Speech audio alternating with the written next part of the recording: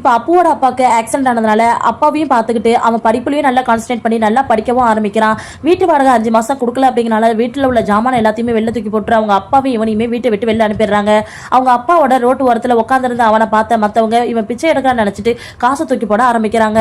இப்போ அப்புவோட அப்பாவை பார்த்துட்டு ஒருத்தர் தெரிஞ்சவர் அப்படின்னு சொல்லிட்டு ஹெல்ப் பண்ணுறாரு. என்னன்னா, ஒரு நாள் மெக்கானிக் ஷாப்புக்கு வண்டி ரிப்பேர் பண்ண வந்தவர் பணம் எடுத்துட்டு வந்த அந்த பேக்கை அங்கேயே வச்சுட்டு போயிருப்பாரு. அதில் பணமும் அதிகமாக இருந்திருக்கு. இவனுக்கு 1000 கஷ்டங்கள் இருந்தாலுமே அவனுடைய பேக்ல இருந்து ₹1 கூட எடுக்காம அந்த பணத்தை திரும்பி ரிட்டர்ன் கொடுத்திருப்பான். அவன் செஞ்ச அந்த வேலை தான் இன்னைக்கு அவர் அவங்க வீட்டில் இருக்கக்கூடிய 5 மாசத்து வாடகையுமே கொடுத்து அப்புக்கு கையில செலவுக்கு காசும் கொடுத்து அந்த வீட்டையும் அரேஞ்ச் பண்ணி விட்டுட்டு போயிருப்பாரு. அப்புவோட ஃப்ரெண்டோட அம்மா வந்து டாக்டர் அப்படிங்கிறதுனால அவங்க மூலியமா ஒரு ஹெல்ப் கிடைக்குது. என்னன்னா, ஹாஸ்பிட்டலில் அட்மிட் பண்ணி பார்க்குறாங்க. ஸ்கேன் பண்ணி பார்த்ததுல தலையில அடி மைனராக தான் இருக்கு. இருந்தாலும் ஏதோ ஒரு விஷயம் அவரை ரொம்ப பாதிச்சிருக்கு அப்படின்னு சொல்லிடுறாங்க. அதுக்கு தகுந்த மாதிரி இவன் படிப்புல நல்ல உண்மையாவே 100க்கு 100 மார்க் எடுத்துறான். அப்பு அது மட்டும் இல்ல, கிளாஸ்ல நல்ல ஒரு வரவேற்பையும் அவனுக்கு வந்து கிடைக்குது.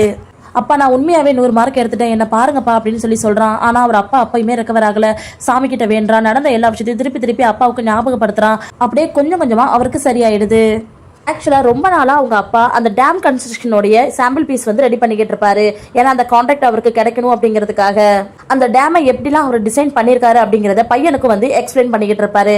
அந்த டேமோட ப்ரெசன்டேஷன் இன்னைக்கு தான் கொடுக்கணும் அப்படின்னு சொல்லிட்டு மெயில் பண்ணியிருப்பாங்க. ஸோ அதனால இவர் ப்ரெசன்டேஷன் கொடுக்கறதுக்காகவும் போயிடுறாரு. ஆனால் என்னன்னா, பென்ட்ரைவரை மறந்து வீட்லேயே வச்சுட்டு போயிடுறாரு.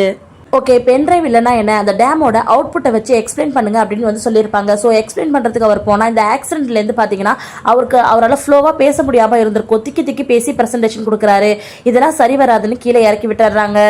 இவர் திக்கி பேசுனதுனால இவருக்கு பதில் இன்னொருத்தவங்க எக்ஸ்பிளைன் பண்ணுவாங்க அப்படின்னு சொல்லிடுறாங்க. உடனே அந்த எக்ஸ்பிளனேஷன் கொடுக்கறதுக்காக நம்ம அப்பு தான் மேடைக்கு வரான். அது மட்டும் இல்லை, அந்த சாம்பிள் ஃபீஸை அங்கே விசிபிள் பண்ணிட்டு இதை இங்கிலீஷ்லேயே எக்ஸ்பிளைன் பண்ண ஆரம்பிக்கிறான். அந்த ப்ராஜெக்டும் அப்போட அப்பாவுக்கே கிடைக்குது.